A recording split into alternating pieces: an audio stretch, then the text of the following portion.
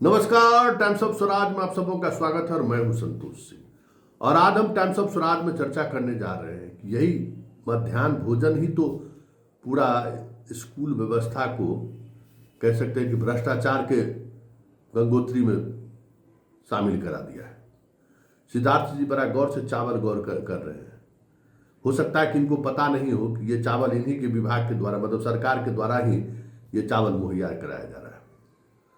और ये बातचीत होनी चाहिए, जनता के बीच ये चर्चा होनी चाहिए कि ये जो मध्याह्न भोजन है उस भोजन की वजह से शिक्षा का मंदिर जो है सो कैसे भ्रष्टाचार का मंदिर में तब्दील हो गया। और ये कोई और नहीं, सरकार खुद करवाई है।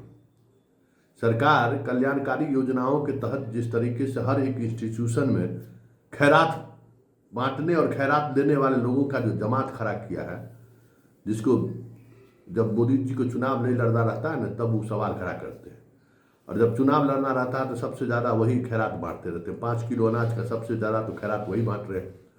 और जब बात होगी तो बोलेंगे एक से एक शब्दावली गढ़ते हैं। तो ये जो बेनिफिट स्कीम है उस स्कीम की वजह से कैसे शिक्षा का पूरा मंदिर ध्वस्त हो गया है कहने की जरूरत नहीं है। तो सिद्धार्थ जी जो आप गए थे ना अंडा खोजने के लिए, और जो चावल आप देख रहे हैं, हम देख रहे हैं वीडियो सामने में चल रहा है ना, चावल देख रहे हैं। अब हमको ये बताइए कि आप कितना पैसा देते हैं पर स्टूडेंट, ये व्यवहारिक चीज़ है, और कितने महीनों पर देते हैं। 1 से 5 वाले बच्चे को 5 रुपया 45 पैसा आप देते हैं पर स्टूडेंट, और 6 से 8 वाले को जो है ऊपर से जो बच्चा है उनको 8 रुपया 11 पैसा दे रहे हैं। कब से निर्धारित है? आप सिर्फ चावल देते हैं, वो भी चावल 50 किलो का बोरा, किसी बोरा में 50 किलो नहीं रहता है। वो जो आपका अपना भ्रष्टाचार है उस पर तो आप सवाल नहीं खड़ा कीजिएगा कि हर बोरा में 5 किलो 6 किलो गायब रहता है। तो 6 किलो गायब वाला बोरा लेके तो आप पहुँचे ही।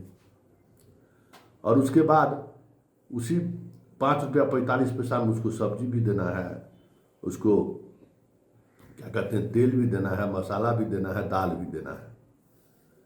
कितना स्टूडेंट रहेगा तब आप कोई शिक्षक जो है इसको मेंटेन कर पाएगा?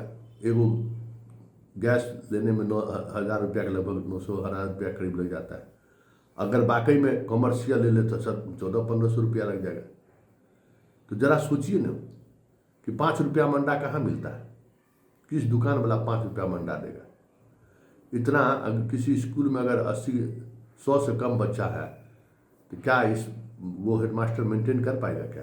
और जैसे 2 महीना 3 महीना पर आप पैसा देते हैं, उस पैसे बिना आपके पैसा दिए हुए कोई हेडमास्टर अगर क्रेडिट पर ले रहा है तो क्या करेगा? ये पूरा सिस्टम भ्रष्ट कर दिया है पूरे स्कूल व्यवस्था को।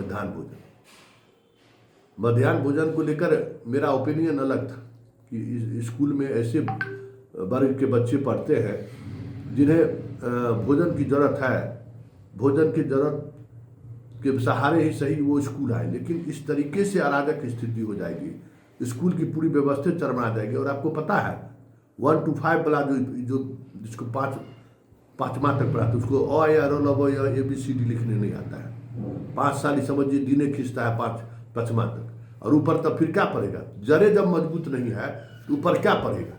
और जड़ नहीं मजबूत है तो उसका एक बड़ा कारण आपका मिड डे मील योजना भी है। हर हेडमास्टर को आप चोर बनाए हुए है यही योजना कि आप चोरी नहीं करेगा तो ये योजना चल ही नहीं सकता है। समझ गए ना? और अगर 100% स्टूडेंट की उपस्थिति हो जाए जितना नामांकन है तो ये योजना के तहत उतने लोगों को खाना भी नहीं दिया जा सकता है। ये पूरी तरह से फेल योजना है। या तो जो बात कर रहे थे जीविका दीदी को दे दीजिए, हर पंचायत में जीविका दीदी को दे दीजिए, वह पूरा खाना बना के आप सप्लाई कीजिए। जीविका दीदी अगर मान लीजिए पूरे पंचायत में अगर 1,000-2,000 बच्चा रहेगा तो उसको कुछ बचेगा भी। यहाँ तो बच्चे नहीं है स्कूल में।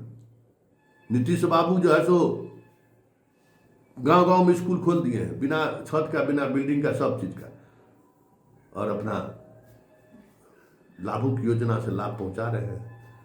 तो हम आपको भी, जो हमारे आपको भी शिक्षा से तो कोई मतलब नहीं है। जाएंगे कश्मीर में गुपचुप बेचेंगे, गोली खाएंगे, मरेंगे। पढ़ाई लिखाई से तो मतलब रहा नहीं। आज तो स्थिति है कि ये सारे लोग जो है, जो पढ़ाई के नाम पर स्कूल जिनको भेजा जा रहा है, अब दुर्भाग्य ये है कि अब तो धान रोपने भी लोगों को नहीं आता है, निकौनी करने भी नहीं आता है। पहले तो कम से कम चलो भाई उस तरीके से पढ़ता था तो बाकी काम भी करने आता था, नहीं नौकरी नहीं मिला तो ये सब भी काम कर लेता था। आज चले जाइए खेतीहर इलाके में, गन्ना काटने वाला मजदूर नहीं मिलता है, खेत तमनी करने के लिए मजदूर नहीं मिलता है, निकौनी करने के लिए मजदूर नहीं मिलता है। क्यों? तो सब पढ़ रहे हैं। अब पढ़ क्या रहे हैं? घोड़ा घास, अपना नाम भी ठीक से लिखने नहीं आ रहा है। तो एक अलग तरीके के कह सकते हैं कि एक फौज, ऐसा निरक्षरों का फौज खड़ा कर रहे हैं नीतीश बाबू, जो जिससे इस स्टेट का भला नहीं होना। हाँ, आपको वोट दे दे निरक्षर सब अलग बात, सवाल आपसे न करे ये अलग बात। नुकसान किसको पहुंचा रहे हैं? किसको नुकसान पहुंचा रहे हैं? जरा सोचिए ना। वही सोशल जस्टिस वाले को ना हम नुकसान पहुंचा रहे हैं, जिसके वोट पर आप सरकार बनाते हैं। और पढ़ाई नहीं करेगा, ज्ञान नहीं करेगा तो आज नहीं 10-20 साल बाद फिर वही शासन करेगा जिसके खिलाफ आवाज उठाकर आप लोग शासन कर रहे हैं। वो होना ही होना है। अयोग्य लोगों का जमात खड़ा कर रहे हैं, कैसे चलेगा? सोचिए ना, नीतीश बाबू, लालू जी, सुशील मोदी तो गए, इसके बाद कौन बिहार का मुख्यमंत्री एक चेहरा है जिससे चल जाएगा? IAS लोग चलने देगा उसको? चींटी की तरह मसल देगा, क्योंकि किसी में वो ताकत ही नहीं है, न जमीनी हकीकत पता है और न क्या कहते हैं व्यवहारिक ज्ञान है। सब कुछ खत्म है। कुछ नए तरीके के लोग राजनीति में आ भी रहे हैं, उनको जमीनी हकीकत पता नहीं है कि कैसे ब्लॉक चलता है, कैसे स्कूल चलता है, कैसे CO कार्यालय चलता है, कैसे BDO कार्यालय चलता है, कुछ पता ही नहीं है। और जो जमात वोट देने वाला है उसको भी पता नहीं है कि एक वोट का मतलब क्या है। तो ये खैरात बांट के आप नीतीश बाबू एक ऐसा फौज खड़ा कर रहे हैं ना, जो फौज दशकों तक इस बिहार के लिए लायबिलिटी रहेगा। जितनी लड़कियां को आप पढ़ा दिए, पता है कि हर घर में क्या स्थिति है? सो कभी सर्वे कराइए कि जितना को साइकिल और छात्रवृत्ति योजना देके जितना को आप पढ़ाए हैं वो किस काम के लायक है? क्या कर पा रही है? समझे, सब कलेक्टरे बनना चाह रहे थे, सब दरोगे। आप इतना न रास्ता दिखाए, हर घर में एक अलग तरीके का तनाव है, और उस तनाव की वजह से पूरी सोशल जो बेस है ना वही गड़बड़ा गया है।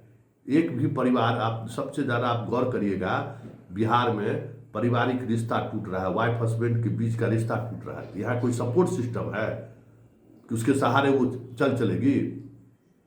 सब घूम रही है, एक है तो 4 हस्बैंड, 4 है तो 5 हस्बैंड, लेकिन सब अपने अपने ज़रूरतों को पूरा कर रहा है। इससे सोसाइटी नहीं चलेगा। इस मध्याह्न भोजन को सिद्धार्थ जी आप देखे हैं ना, इसको थोड़ा नए सिरे से सोचिए। ये अराजकता का सबसे बड़ा केंद्र है, यहीं से भ्रष्टाचार शुरू होता है स्कूल में, और इसी भ्रष्टाचार की वजह से सारे स्कूल में एजुकेशन सिस्टम जो है बेपटरी हो गया है।